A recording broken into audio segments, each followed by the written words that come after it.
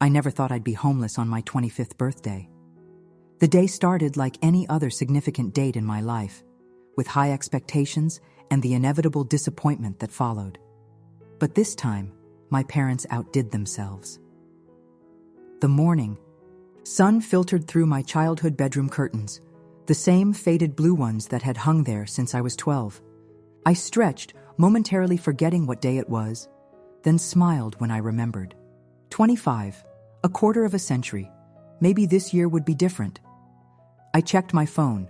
No messages from friends, which wasn't surprising since I'd been working so much lately that my social life had dwindled to occasional coffee dates and rain checks. But also no messages from my parents, which was odd considering they were just downstairs. Usually Mom would have texted a perfunctory happy birthday by now, even though we lived in the same house. I got up, showered, and dressed in my favorite outfit, dark jeans and a soft blue sweater that brought out my eyes. I even put on makeup, something I rarely bothered with for my accounting job. After all, spreadsheets didn't care if I had mascara on. When I finally went downstairs, the kitchen was empty. No balloons, no pancakes with a candle stuck haphazardly in the middle like Mom used to do when I was little. Just an empty kitchen, with the lingering smell of coffee indicating my parents had already eaten and left. I checked the time. 8:30 a.m. Dad should still be home. He never left for his construction company before 9.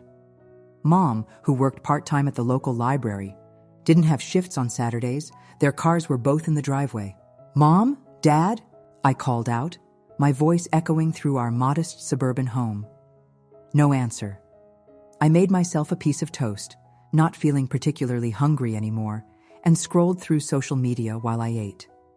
A few automated birthday wishes popped up from people I barely spoke to anymore. I turned off my phone and sighed. At 25, I had expected to be living on my own by now. I had a good job as an accountant at a mid-sized firm in the city. I made decent money. But between helping my parents with their mortgage, medical bills, and the loans I was still paying off from college, saving for my own place had been impossible. That was the agreement we'd made 3 years ago when Dad's construction business hit hard times. I'd move back home after college, help with the bills, and in return, I wouldn't pay rent while I saved up for my own place. Except the saving part never happened. Every time I got close to having a decent amount set aside, some new crisis would emerge. Dad's truck needed repairs. Mom needed dental work not covered by insurance. The roof leaked. The water heater died. Each month, I silently transferred $1,800 from my account to theirs, paying their mortgage and most of the utilities. It left me with enough to cover my student loans, car payment, and a little spending money. Not enough to escape. I was rinsing my plate when I heard heavy footsteps coming down the stairs. "Morning, Dad," I said without turning around. Alexandra. His voice was unusually formal. My father never called me Alexandra unless something was wrong. It was always Alex or Kiddo, even though I'd long outgrown the latter. I turned to find both my parents standing in the kitchen doorway. Dad, tall and broad-shouldered despite being in his 50s, had his arms crossed over his chest. Mom, petite and prematurely gray, was wringing her hands, a nervous habit she'd had for as long as I could remember. "What's going on?" I asked, forcing a smile. "You guys planning some surprise birthday thing?" Neither of them returned my smile. "Sit down, Alexandra," Dad said, gesturing to the kitchen table. I sat, my stomach knotting with anxiety. Were they sick? Was someone dying? Had Dad's business finally gone under completely? My father cleared his throat. "Your mother and I have been talking, and we've made a decision." Mom wouldn't meet my eyes. "We think it's time you moved out," he continued, his voice steady and rehearsed. "You're 25 now, a grown woman, you have a job. It's not right for you to still be living with your parents." I blinked, trying to process his words. I know I should move out. I've been trying to save, but..." "That's just it," Mom interrupted, finally looking at me. "You've been saying that for years now. Always an excuse. Always some reason why you can't take that step. Because I've been paying your mortgage. The words burst out of me before I could stop them. And Dad's medical bills from his back surgery. And the new roof. And that was your choice, Dad cut in coldly. We never asked you to take on our financial burdens. I gaped at him. You most certainly did. 3 years ago, when the business was failing, you sat right here at this table and asked me to help out just until things got better. Those were your exact words. And things are better now, he said, though we all knew that wasn't entirely true. Dad's construction company was still struggling, but it was no longer on the verge of bankruptcy like it had been. We've decided we need our space back, Mom said softly. We're not getting any younger and what? You want to turn my bedroom into a crafting room? Is that it? I was standing now, anger replacing shock. Don't take that tone with your mother, Dad warned. What tone would you suggest for finding out your parents are kicking you out on your birthday with no warning?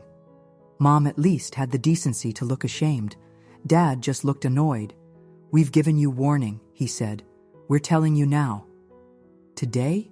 You're telling me today that I need to find somewhere else to live? Do you have any idea how hard it is to find an affordable apartment in this city? Or how long it takes? Or that most places want first and last month's rent plus a security deposit up front? You're smart. You'll figure it out, Dad said dismissively. He turned and walked out of the kitchen, then returned a moment later with a suitcase. My old blue suitcase from high school, which he set down at my feet with a thud. What is this? I asked, though it was obvious.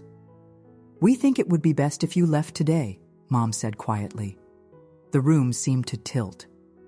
Today? My voice cracked. You want me to leave right now? We've put up with your attitude and arrogance for long enough, Dad said. Always acting like you're better than us because you went to college, because you wear nice clothes to your office job while I break my back doing manual labor. The way you look down on our house, our lifestyle, making little comments about how outdated everything is, how you'd do things differently. We're tired of it, Alexandra. I stood there, stunned. Was that really how they saw me? Yes. I had sometimes made suggestions about updating their ancient computer or replacing the washing machine that constantly broke down, but I had always come from a place of wanting to help, not judgment. Pack what you need for now, Mom said. You can come back for the rest of your things once you found a place. I looked back and forth between them, searching for any sign that this was some kind of terrible joke. There was none. Fine, I said finally, my voice hollow. Fine. I grabbed the suitcase and marched upstairs to my room. As I threw clothes and toiletries into it, tears streamed down my face. How could they do this? And on my birthday of all days. I packed the essentials, enough clothes for a week, my laptop, chargers, important documents, and the framed photo of my grandmother, the only family member who had ever truly been proud of me. I didn't say goodbye when I dragged my suitcase down the stairs. Dad was nowhere to be seen. Mom stood by the front door, arms crossed protectively over her chest. Alexandra, she said as I reached for the doorknob. The monthly transfers to our account. We'll still need those. I froze, then turned to look at her incredulously. You're kicking me out with no notice on my birthday, and you still expect me to pay your bills? She had the grace to blush, but stood her ground. The agreement was that you would help with the finances. That had nothing to do with living arrangements. The agreement, I said through clenched teeth, was that I would help out while living here rent-free so I could save for my own place. If I'm not living here, there is no agreement. But your father's business is not my problem anymore. I yanked open the door. You've made it very clear where I stand in this family. Good luck paying your mortgage. I slammed the door behind me, threw my suitcase in the trunk of my car, and drove away from the house I'd called home for most of my life. I made it 2 blocks before I had to pull over because I was crying too hard to see. What was I going to do? Where was I going to go? I had about $3,000 in savings, not nearly enough for first and last month's rent, plus security deposit on an apartment in the city. And I'd need to furnish it too, since everything except my clothes and personal items was back at my parents' house. I pulled out my phone and scrolled through my contacts, considering who I could call. My college roommate, Tasha, had moved to Chicago 2 years ago. My friend Marcus had a studio apartment barely big enough for himself. My coworker Jen had 3 roommates already in her small apartment. That left Eliza, my best friend since middle school. We drifted apart somewhat in recent years, but we still met for coffee every few weeks. She had a 2-bedroom apartment. She shared with her boyfriend Ryan. I didn't want to impose, but I needed a place to stay, just for a few days while I figured things out. I called her. "Hey, stranger, I was just about to text you happy birthday." Eliza's cheerful voice filled my car. "Eliza," I said, and immediately started crying again. "Alex, what's wrong? Are you okay?" Through sobs, I explained what had happened. "Those absolute jerks," Eliza exclaimed when I finished. "I can't believe they would do that to you, especially after everything you've done for them. Come over, right now. You're staying with us until you find a place." "Are you sure? What about Ryan? Ryan adores you, you know that. Plus, he's visiting his parents this weekend, so you'll have time to settle in before he gets back. Please, Alex, come over." Relief washed over me. "Thank you," I whispered. "I'll be there in 20 minutes. I'll have wine waiting." I hung up, wiped my eyes, and started the car again. As I drove toward Eliza's apartment, a strange calm settled over me. Yes, my world had just been turned upside down. Yes, I was essentially homeless and had lost the family I thought I could count on. But for the first time in 3 years, I was also free. No more transferring a huge chunk of my paycheck to my parents' account each month. No more putting my life on hold to solve their problems. No more delaying my dreams because someone else's needs always came first. Maybe this birthday would mark a turning point after all, just not the one I had expected when I woke up this morning. Eliza was waiting outside her apartment building when I arrived. She took one look at my face and wrapped me in a fierce hug. "They don't deserve you," she whispered. "They never have." I hugged her back, clinging to the first bit of kindness I'd been shown all day. "Thank you for this." "Don't thank me. Friends take care of friends." She grabbed my suitcase from the trunk. "Come on, I've got pizza and wine upstairs, and you're going to tell me everything." I followed her into the building, grateful beyond words, but also filled with a simmering anger that I knew wouldn't dissipate anytime soon. My parents had made their choice. Now I would make mine. And the first one was simple. The monthly transfers to their account would stop immediately. Eliza's apartment became my sanctuary. The guest room was small but cozy, with a twin bed, a dresser, and a window that looked out over a small courtyard. It wasn't much, but it was clean and quiet, and most importantly, mine for as long as I needed it. That first night, Eliza and I stayed up late drinking wine and eating pizza while I unpacked the meager belongings I'd managed to grab. She listened as I alternated between crying and raging about my parents' betrayal. "I just don't understand how they could do this," I said, for what felt like the 100th time, wiping away tears with the back of my hand. "After everything I've done for them." Eliza refilled my wine glass. "Because they're selfish, Alex. They always have been." I looked up at her, surprised. "What do you mean?" she sighed. "You don't see it because they're your parents and you love them. But from the outside, they've been taking advantage of you for years. Even in high school, they made you work that awful job at the movie theater to build character while they bought a new car. They made you pay for your own college applications. They guilt-tripped you about going away for school until you chose the local university so you could live at home and save them money." I started to protest, but stopped. She wasn't wrong.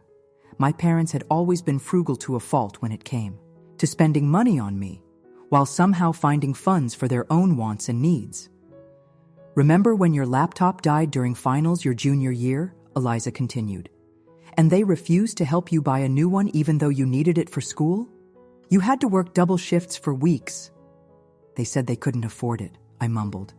And then your dad bought that fancy grill the next month. Again, she was right. I'd forgotten about that. I'm not saying they don't love you, Eliza said, more gently. But they've been treating you like their personal ATM, not their daughter. I stared down at my wine, letting her words sink in. Had I been blind to their manipulation all these years? Had I been so desperate for their approval that I'd let them take and take without ever giving back? What am I going to do, Eliza? I whispered. I have to find an apartment, buy furniture, build a whole new life, and all while working full-time. One day at a time, she said, squeezing my hand. First, you're going to stay here as long as you need to. Ryan and I already talked about it when you were in the shower. He's completely fine with it. I can't impose. It's not imposing if we're offering. Second, tomorrow we'll go back to your parents' house to get the rest of your stuff. They'll be at work, right? I nodded. Dad usually worked Saturdays, especially now that his business was struggling, and Mom was on the weekend schedule at the library this month. Good. We'll go when they're out. I still have that key you gave me last year when I watered your plants while your family was at that wedding. Relief flooded through me. I'd been worried about how to get the rest of my belongings. Third, Eliza continued, ticking off points on her fingers. On Monday, you're going to talk to HR about changing your direct deposit information so your parents can't access your money anymore. And you're going to open a new bank account they don't know about. I hadn't even thought of that. My parents weren't on my accounts, but they knew all my banking information. They'd helped me set up my first account when I was 16 and had insisted I give them the passwords in case of emergency. I'd never thought to change them. And finally, Eliza said, you're going to start looking for a place of your own. But not right away. Take some time to save up now that you're not paying their bills. Breathe. Figure out what you really want. I nodded, overwhelmed with gratitude for her friendship and practical advice. Now, she said, pulling a small gift bag from behind the couch, it's still your birthday for another hour, and you deserve something good to happen today. I opened the bag to find a beautiful leather-bound journal with my initials embossed. On the cover, I know how much you love to write, Eliza said. I thought maybe you could use this to start documenting your new life, or just to vent about your parents, either way. I hugged her tightly, fresh tears springing to my eyes, but good tears this time. Thank you, I whispered, for everything. Happy birthday, Alex. This year is going to be better, I promise. For the first time that day, I believed it might be true. The next morning, Eliza and I drove to my parents' house. As expected, both of their cars were gone. I used my key to let us in, feeling strangely like an intruder in the place I'd called home just 24 hours earlier. Let's be quick, I said, leading the way upstairs to my bedroom. I don't want to be here if they come back early. We worked efficiently, packing my remaining clothes, books, and personal items into boxes and bags that Eliza had brought. I took only what was unquestionably mine. Items I had bought with my own money, or that had been given to me as gifts. I left behind the furniture, which had been in the house since before I was born. As I was clearing out my desk drawer, I came across a stack of bank statements. I almost left them behind, then thought better of it and tucked them into my bag. I might need them for documentation. Is that everything? Eliza asked as we loaded the last box into her car. Mine was already full. I looked up at the modest 2-story house where I'd grown up. It looked exactly the same as it always had, slightly worn around the edges, the paint on the shutters peeling, the garden overgrown. But it no longer felt like home. Yeah, I said, that's everything. We drove back to Eliza's apartment and spent the rest of the day organizing my belongings in the guest room. Ryan came home that evening, gave me a warm hug, and insisted that I stay as long as I needed to. Mi casa es su casa, he said with his trademark grin. Seriously, Alex, we're glad to have you. I tried to insist on paying rent, but they refused. Save your money, Eliza said firmly. Build up a nest egg so you can get a great place when you're ready. On Monday morning, I went to work as usual, though nothing about my life felt usual anymore. On my lunch break, I visited the HR department to change my direct deposit information, then went to a different bank and opened a new account. I transferred all my funds from my old accounts and changed every password I could think of. That evening, I logged into my old account one last time and canceled the recurring transfer to my parents' account. I hesitated for a moment, my finger hovering over the confirmation button. Was I being petty? Was I punishing them unfairly? Then I remembered how they'd handed me a suitcase on my birthday, how they'd accused me of arrogance when all I'd done was help them, how Mom had still expected me to keep paying their bills even after they'd thrown me out. I clicked confirm. For the next few weeks, I fell into a new routine. I went to work, came back to Eliza's apartment, and spent my evenings applying for apartments and scrolling through furniture websites, trying to estimate how much it would cost to furnish a place of my own. The reality was sobering. Even a studio apartment in a decent neighborhood would require at least $3,000 upfront for security deposit and first month's rent. Basic furniture, a bed, a couch, a table, and chairs would be another $2,000 minimum, even if I bought everything used. Without the $1,800 monthly drain on my finances, my savings grew quickly, but it would still take time to accumulate enough for the life I wanted. I decided to follow Eliza's advice and take my time. I'd stay with her and Ryan for a few months, save aggressively, and make a plan. 3 weeks after my birthday, my phone rang with my parents' number. I stared at the screen, my heart pounding. I hadn't spoken to them since the day they'd kicked me out. They had texted a few times, first angrily demanding to know why the money hadn't been transferred, then alternating between guilt trips and threats about what would happen if they couldn't pay their mortgage. I had ignored all of them. Now they were calling. With shaking hands, I declined the call. They called back immediately. Again, I declined. My phone buzzed with a text. "Alexandra, this is serious. We need to talk. Call us back now." I turned off my phone and went to take a long shower, letting the hot water wash away the anxiety their contact had triggered. When I turned my phone back on an hour later, there were 6 missed calls and a dozen texts, each more urgent than the last. The final one made my blood run cold. "If we don't hear from you by tomorrow, we're coming to your work." That was the last thing I wanted. My job was my lifeline, the one area of my life that hadn't been thrown into chaos. I couldn't risk a scene there. With a resigned sigh, I called them back. Dad answered on the first ring. "Alexandra, finally." "What do you want?" My voice was cold. "What do I want?" He sounded incredulous. "I want to know why you've stopped the transfers to our account. The mortgage was due last week. We had to borrow money from your uncle to cover it. I told Mom when I left that I wouldn't be paying your bills anymore. You can't just..." "I can, and I did. You made it very clear that I'm not welcome in your home. Why would I continue to pay for a house I don't live in?" "This isn't about the living arrangements," he said, his voice rising. "This is about your responsibility to family. We raised you. We put food on the table for 18 years. Dad," I interrupted, "that's what parents are supposed to do. It's literally the bare minimum. I don't owe you for fulfilling your legal obligation not to let your child starve." There was a sharp intake of breath on the other end of the line. "We need that money, Alexandra," he said, his voice deadly serious. "The business isn't doing well, you know that. Without your contribution, we could lose the house." "I'm sorry to hear that," I said, and part of me really was. Despite everything, they were still my parents. I didn't want them to suffer. But I need to focus on building my own life now. You made that very clear on my birthday. Is that what this is about?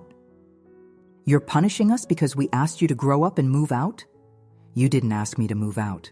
You demanded I leave immediately, on my birthday, with no warning, after I'd been supporting you financially for 3 years. My voice cracked. Do you have any idea how humiliating that was? How scary. There was a long pause. We never meant to hurt you, Dad said finally, his voice softer. We just thought you needed a push to start your own life. A push? You gave me a shove off a cliff with no parachute. I took a deep breath. Look, I can't talk about this right now. I'm still processing everything. Alexandra, please, we need that money, just until the business picks up again. I've heard that before, I said tiredly. Every month for 3 years. This time it's different. I have a big contract coming. I'm sorry, Dad. I can't help you anymore. I need to hang up now. Alex, I ended the call and immediately blocked their number. Then I sat on my bed and cried, mourning the relationship I'd thought I had with my parents and facing the hard truth that Eliza had tried to show me.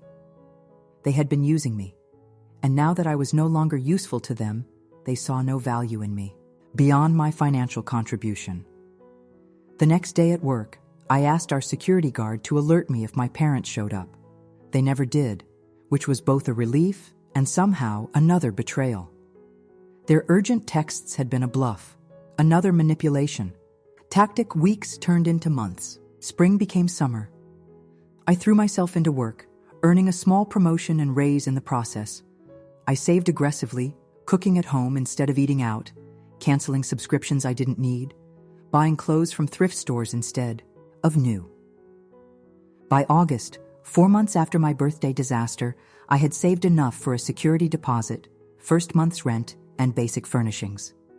I signed a lease on a small one-bedroom apartment in a diverse, up-and-coming neighborhood. It wasn't fancy, but it was clean, safe, and most importantly, mine.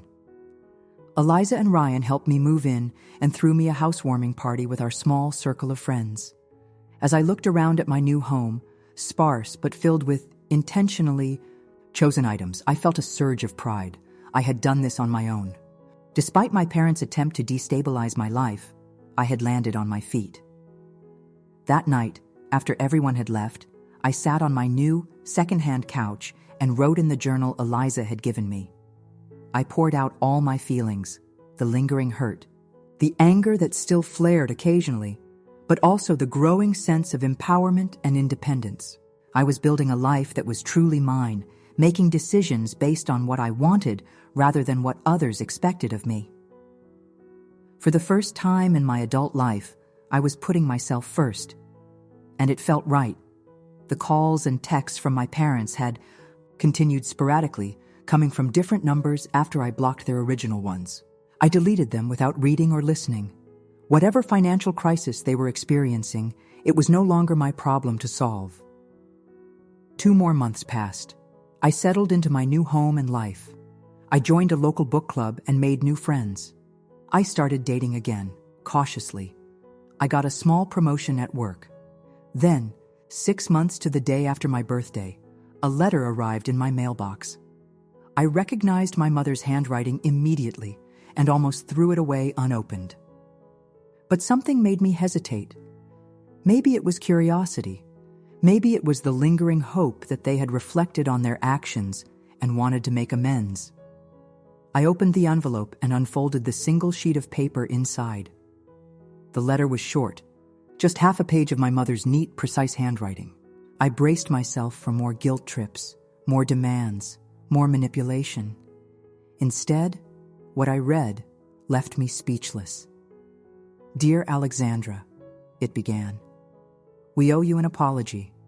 I sank onto my couch, hands trembling as I continued reading. "What we did on your birthday was cruel and inexcusable. We've spent these past 6 months trying to justify our actions to ourselves, but the truth is, there is no justification. We were wrong. After you stopped the monthly transfers, we were forced to face some hard truths about our financial situation. Your father's business was failing not because of bad luck, as we'd convinced ourselves, but because of poor management and his refusal to adapt to changing markets. We were living beyond our means and had been for years, relying on your generosity to cover our mistakes. When you moved out and the money stopped coming, we couldn't maintain the facade anymore. We had to sell the house. We've moved into an apartment, about half the size, in a different neighborhood. Your father has taken a job working for another construction company. I've increased my hours at the library. For the first time in our adult lives, we're living within our means. It's been humbling and difficult, but also necessary. We don't expect you to forgive us, at least not right away. What we did was a betrayal of your trust and love. But we want you to know that we're sorry, truly sorry, for the pain we caused you. You deserved better from your parents. If you're willing, we'd like to try to rebuild our relationship, not as financial partners, but as family, real family, who support each other emotionally rather than just monetarily. With love and regret, Mom and Dad. I read the letter 3 times, tears streaming down my face. Of all the responses I had imagined from my parents over these months, a genuine apology had never been one of them. I didn't know whether to believe it. Was this another manipulation tactic? A new angle to try to get money from me now that the direct approach had failed? But something about the letter felt different from their usual communications. There was a humility to it that I'd never seen from either of my parents before, an acknowledgement of wrongdoing that went beyond the superficial, "I'm sorry if you felt hurt," non-apologies they'd offered in the past. I wasn't ready to respond. Not yet. I needed time to process, to consider what a relationship with them might look like going forward, if I wanted one at all. I folded the letter carefully and placed it in my journal, then went to the window. The autumn sun was setting, casting long shadows across my small but beloved apartment. In the 6 months since that devastating birthday, I had created a life I was proud of. I had proven to myself that I could stand on my own feet, make my own decisions, and thrive. Whatever I decided about my parents, that achievement couldn't be taken away from me. I opened my laptop and began to type a response, not sure yet what it would say, but knowing that I needed to acknowledge their letter somehow. As I wrote, deleted, and rewrote, I realized something important. For the first time in our relationship, I was the one with the power. Not financial power, but the emotional power to set boundaries, to decide what kind of relationship I wanted, to protect myself from further harm. It was a strange feeling, both liberating and terrifying, but I knew it was right. In the end, I kept my response simple. I received your letter. I need time to think about what you've said and what it means for our relationship moving forward. Please respect my space during this time. I didn't promise forgiveness. I didn't agree to meet. I simply acknowledged their apology and established a boundary. After sending the email, I felt lighter somehow, as if a burden I hadn't realized I was carrying had been lifted. The future of my relationship with my parents was uncertain, but my future, my life, my choices, my journey, was clearer than it had ever been. That night, I slept more peacefully than I had in months, wrapped in the quiet confidence that whatever came next, I could handle it. I had already weathered the worst storm of my adult life and emerged stronger on the other side. The unexpected suitcase on my 25th birthday hadn't been the end of my story. It had been the beginning of a new chapter, one that I was writing, for myself, one word, one day, one choice at a time. The weeks following my parents' letter were surprisingly peaceful. I had expected to feel conflicted, torn between lingering resentment and the pull of family ties. Instead, I felt calm, centered in a way I hadn't experienced before. I threw myself into making my apartment truly mine. I hung art on the walls, not expensive pieces, but prints and photographs that spoke to me. I added plants, starting with hardy varieties that could survive my sometimes forgetful care. I invited friends over for dinner parties, where we crowded around my small table, laughing and talking late into the night. At work, I continued to excel. My boss noticed my increased confidence and productivity and assigned me to lead a small team on a special project. The old me would have panicked at the responsibility, afraid of failing and letting everyone down. The new me embraced the challenge, recognizing it as an opportunity to grow. 2 weeks after receiving their letter, I got a text from an unknown number. "Alexandra, it's Mom. Just wanted to let you know we're thinking of you. No pressure to respond. Love you." I appreciated that she was respecting my request for space while still reaching out. It was a small thing, but it suggested that perhaps their apology had been genuine. Still, I wasn't ready to respond. I needed more time, more evidence that their change of heart was real and lasting, not just a temporary reaction to financial hardship. In October, 7 months after my birthday, I received a small package in the mail. Inside was a birthday card, belated by 7 months, with a gift certificate to my favorite bookstore and a note. "We missed celebrating your special day. We hope you'll accept this small token, though we know it doesn't make up for what happened. Love, Mom and Dad." Again, no pressure to respond, no manipulation, just a simple acknowledgement of a hurt they had caused and a modest attempt to make amends. I decided to use the gift certificate. The bookstore was a place of comfort for me, a sanctuary where I had often escaped during difficult times. As I browsed the shelves, selecting novels and a book on personal finance that had caught my eye, I found myself thinking about my parents with less anger than before. They had made a terrible mistake, a series of them really. They had taken advantage of my love and generosity. They had hurt me deeply. But they were also human, flawed and struggling with their own issues. The fact that they were trying to make amends, however imperfectly, meant something. That night, I sent my mom a text. "Thank you for the gift certificate. I bought some good books." Her response came almost immediately. "You're welcome. Hope you enjoy them." Just that. No pushing for more communication, no guilt trip, no attempt to leverage. This small exchange into a full reconciliation. Another month passed. I received a Thanksgiving card with a brief note about their new apartment and jobs, but, again, no pressure to respond or visit, just keeping me informed about their lives, as if sending dispatches from a distant shore, hoping I might eventually want to know more. I found myself softening, curiosity beginning to outweigh caution. What would it be like to see them again? To talk with them as equals rather than as their financial support system? In early December, I texted my mom. "Would you and Dad like to meet for coffee sometime?" Her response was enthusiastic, but still respectful of my boundaries. "We would love that. Whenever and wherever you're comfortable." We arranged to meet at a cafe halfway between my apartment and theirs, on neutral ground. I arrived early, securing a corner table where we wouldn't be overheard, and ordered a latte to calm my nerves. When they walked in, I was shocked at how much they had aged in just 9 months. Dad's hair had gone completely gray, and he moved more stiffly than I remembered. Mom looked thinner, her face lined with new wrinkles. Their clothes were simpler, less expensive than what they used to wear. They spotted me and hesitated, uncertainty written across their faces. I raised a hand in awkward greeting, and they made their way over. "Alexandra," Dad said, his voice thick with emotion. "Thank you for meeting us." "Alex," I corrected gently. "I prefer Alex now." He nodded. "Alex, of course."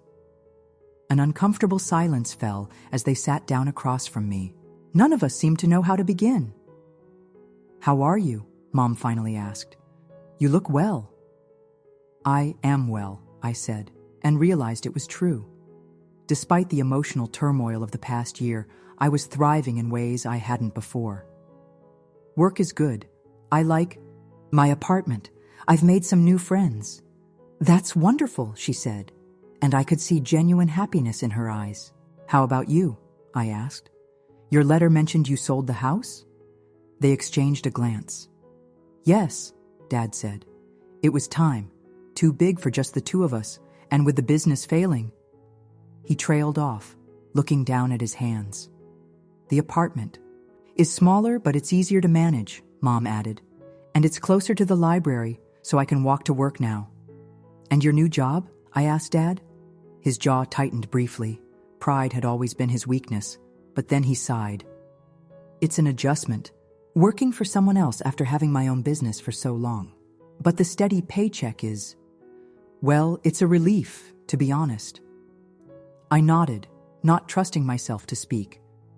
The fact that he could admit this, that he was acknowledging his financial reality instead of maintaining the fiction that had driven our family dynamics for so long, felt significant. "We've been in counseling," Mom said suddenly, "both together and separately." I looked up, surprised. My parents had always dismissed therapy as paying someone to listen to you complain. "It's been eye-opening," Dad admitted. "We've had to face some hard truths about ourselves, about how we treated you, about the patterns in our marriage. Our therapist helped us see how we were using you as a financial crutch," Mom continued, "and how unfair that was to you. How it was our responsibility to live within our means, not yours to subsidize our lifestyle." I felt tears prickling at the back of my eyes. "I would have helped you," I said quietly. "If you had been honest about the situation, if you had treated me like an adult, like a partner in the discussion instead of an ATM, I would have helped you figure out a sustainable plan." "We know that now," Dad said, reaching across the table but stopping short of touching my hand. "And we're sorry. So sorry." I looked at both of them, searching their faces for signs of manipulation or insincerity. I found none, just two aging parents who had made serious mistakes and were trying, however imperfectly, to make amends. "I'm not ready to fully forgive you," I said honestly. "I'm still processing everything that happened, but I'm willing to try to build a new relationship, a healthier one." Relief washed over their faces. "That's all we're asking for," Mom said. "A chance." We spent the next hour cautiously catching up, sharing small details about our lives while carefully avoiding triggering topics. It wasn't comfortable. Exactly, but it wasn't as painful as I had feared either.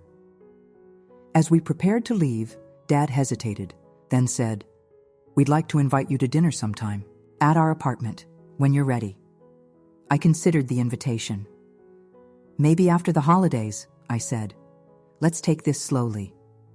They both nodded, accepting my timeline without protest. As we said goodbye outside the cafe, Mom hugged me briefly. It was the first physical contact we'd had since before my birthday. I found myself returning the hug, albeit stiffly. "We love you, Alex," she whispered. "We always have, even when we were terrible at showing it." I didn't say it back. I wasn't ready, but I squeezed her shoulder lightly before pulling away, a small acknowledgement of her words. Walking back to my car, I felt strangely light. The sigh. Meeting hadn't resolved everything, not by a long shot, but it had opened a door that I had thought was permanently closed. Whether I would walk through it fully remained to be seen, but knowing it was there gave me a sense of possibility I hadn't expected to feel again regarding my parents. That night, I wrote in my journal, trying to sort through my complicated feelings. I wasn't naive enough to think that one conversation had fixed our broken relationship. There would be more difficult discussions ahead, more boundaries to establish, more healing to do. But for the first time, I could envision a future where my parents were a part of my life in a healthy way, not as financial dependents or authority figures, but as fellow adults navigating a complex world connected by shared history and perhaps someday by genuine mutual respect. As I closed my journal, I realized something important. Regardless of how my relationship with my parents evolved, I was okay. The worst had already happened. They had rejected me, I had lost my home and family in one devastating blow, and I had survived. Not just survived, but rebuilt. Whatever came next, I could handle it. That certainty, born from adversity and hard-won, independence, was perhaps the most valuable gift I had received from the whole painful experience. It was certainly not what my parents had intended when they handed me that suitcase on my 25th birthday, but it was what I had made of the situation, and for that, in a strange way, I was grateful.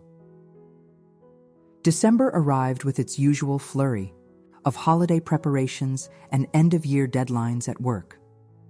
I found myself busier than ever between finishing projects before the office closed for Christmas week and navigating the sudden increase in social invitations that the season always brought. I had decided to host a small holiday gathering at my apartment, the first time I would welcome a group into my home for a major celebration. It felt like a milestone, a declaration that this space was truly mine, that I had created something worth sharing with others. The question of whether to invite my parents loomed large. We had texted occasionally since our coffee meeting, brief exchanges that were friendly but still guarded. They had respected my request to wait until after the holidays for dinner at their place, never pressing for more than I was ready to give. In the end, I decided against including them in my holiday party. The wound was still too fresh, the new boundaries too tentative.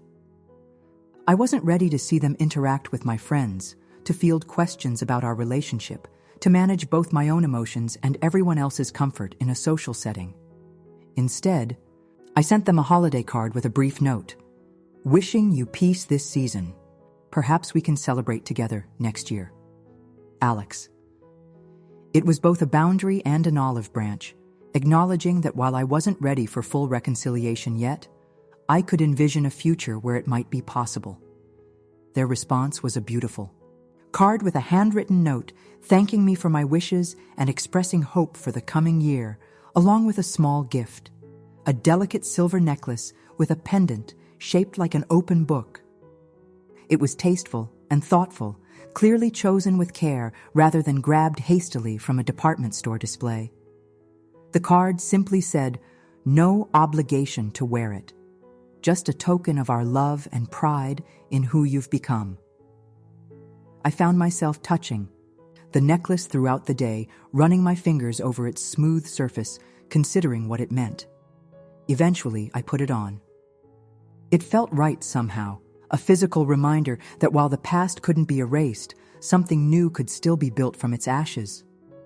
My holiday party was a success, a small gathering of close friends who filled my apartment with laughter and conversation. Eliza and Ryan came, of course, bringing a bottle of expensive champagne to christen your first hosted holiday. "I'm so proud of you," Eliza whispered as she hugged me goodbye at the end of the night. "Look at all you've created for yourself." I looked around at my small but welcoming home, decorated with twinkling lights and greenery, and felt a surge of pride. "I couldn't have done it without you," I told her. "Sure you could have," she said firmly. "You're stronger than you know, Alex. You always have been." The week between Christmas and New Year's was quiet. Most of my friends had traveled to visit family, and the office was closed. I used the time to reflect on the year that was ending, easily the most challenging and transformative of my adult life. I wrote extensively in my journal, tracing the arc from devastation to reconstruction, acknowledging both the pain I had experienced and the growth it had spurred. I made lists of what I had learned, what I wanted to carry forward, and what I was ready to leave behind. On New Year's Eve, I made a decision. I texted my parents. "Would you be available for dinner next weekend? At your place, as you suggested." Their response came quickly. "Yes, absolutely. Saturday at 6, we'd be honored." Honored struck me as an interesting choice of word. Not happy or pleased, but honored, suggesting they recognized that my willingness to enter their space was a gift, not an obligation or expectation.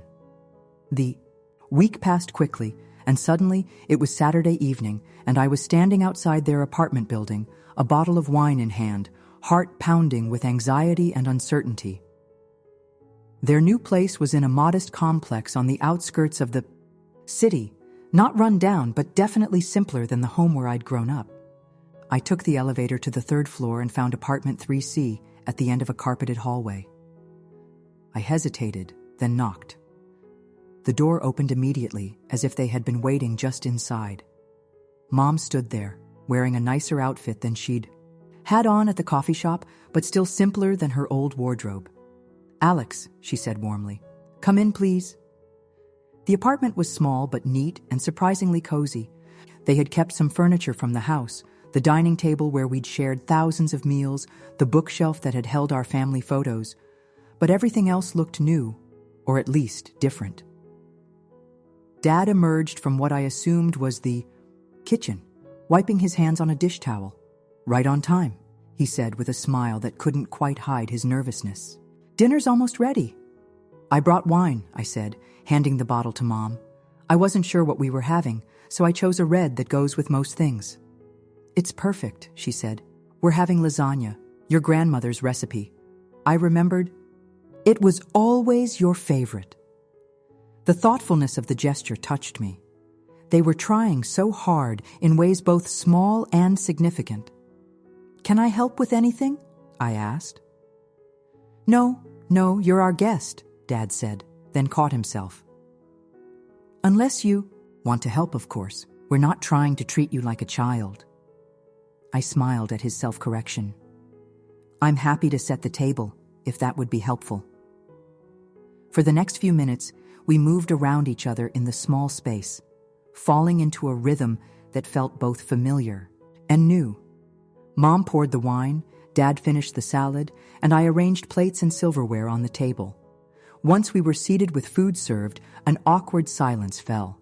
We all seemed acutely aware of the weight of this moment, our first family meal in almost a year, in a new place, under drastically changed circumstances. "This looks delicious," I said finally, breaking the silence. "Your father made it," Mom said. "He's become quite the cook since we moved." I looked at Dad in surprise. He had rarely cooked when I was growing up, claiming he was too tired after work. He shrugged, looking slightly embarrassed. "The apartment came with the Food Network. Turns out cooking is a lot more interesting than I thought." I laughed despite myself, and some of the tension dissipated. As we ate, conversation flowed more naturally. They asked about my job, genuinely, listening as I described my recent promotion and the projects I was working on. I asked about their new routines, their neighborhood, their work. It was the most honest conversation we'd had in years, possibly ever. There was a new humility in my father's demeanor, a thoughtfulness in my mother's questions that suggested they were truly seeing me as an adult with my own life and interests, not just an extension of themselves or a solution to their problems. After dinner, as we sat with coffee and the small dessert they had prepared, Dad cleared his throat nervously. "Alex, there's something we wanted to talk to you about." I tensed immediately, old fears resurfacing. Were they going to ask for money again? Had all of this, the apology, the therapy, the careful rebuilding of trust, been an elaborate setup for another financial request? Mom must have read my expression because she quickly added, "It's nothing bad, I promise. Actually, it's something we hope you'll see as a positive step." Dad reached into a drawer in the side table and pulled out an envelope, which he handed to me. "This is for you." Cautiously, I opened it. Inside was a check made out to me for $2,800, exactly 6 months' worth of the $1,800 I had been transferring to them before my birthday. I stared at it in confusion.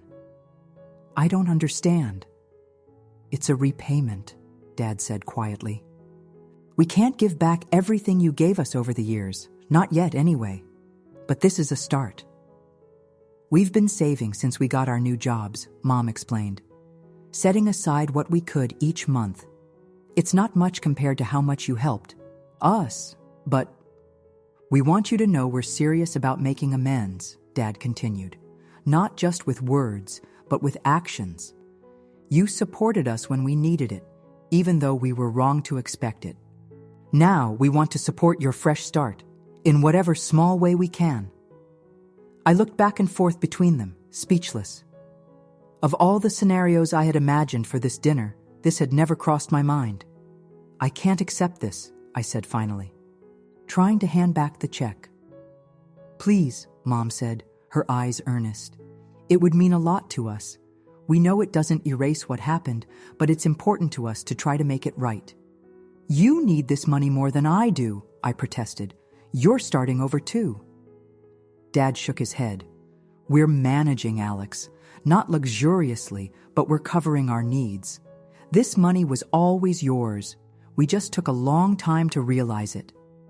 I looked down at the check again, overwhelmed by what it represented. Not just the money itself, but the recognition of wrongdoing, the concrete effort to make amends, the months of saving that must have required significant sacrifice on their part. Thank you, I said softly.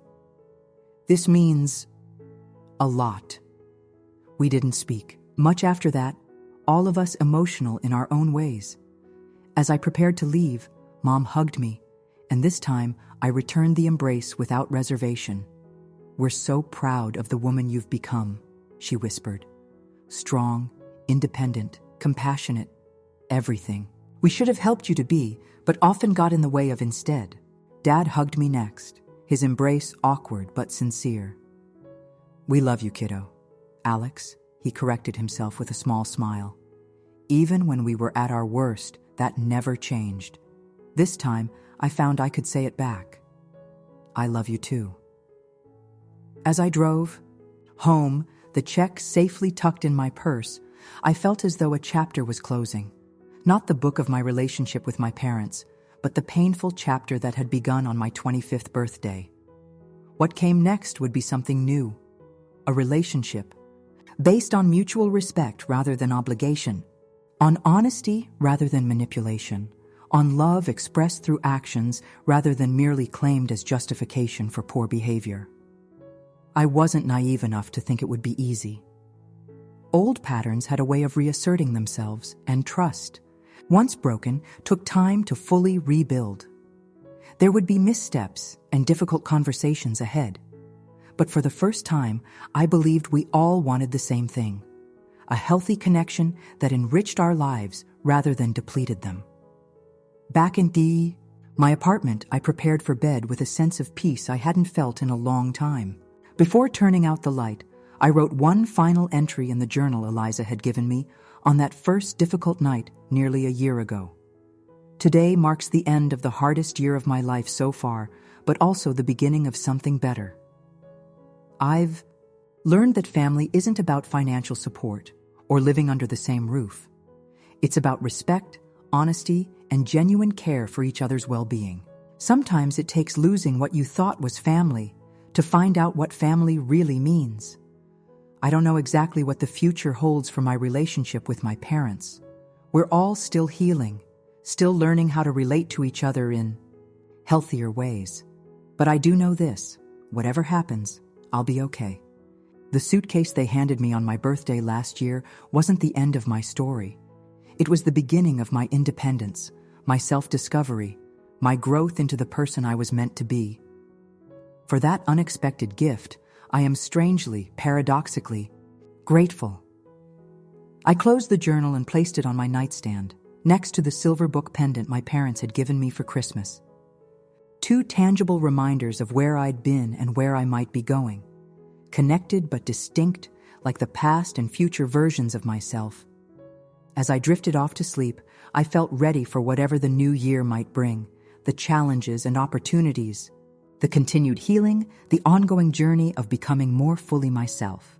The path ahead wasn't perfectly clear, but I had proven I could navigate uncertainty. I had found my strength in the midst of crisis. I had built a life I was proud of from the ruins of what had been taken from me. And that, I realized, was the most valuable gift of all, one that no one could give me and no one could take away. I had discovered my own resilience, my own worth, my own capacity to create something beautiful from something broken.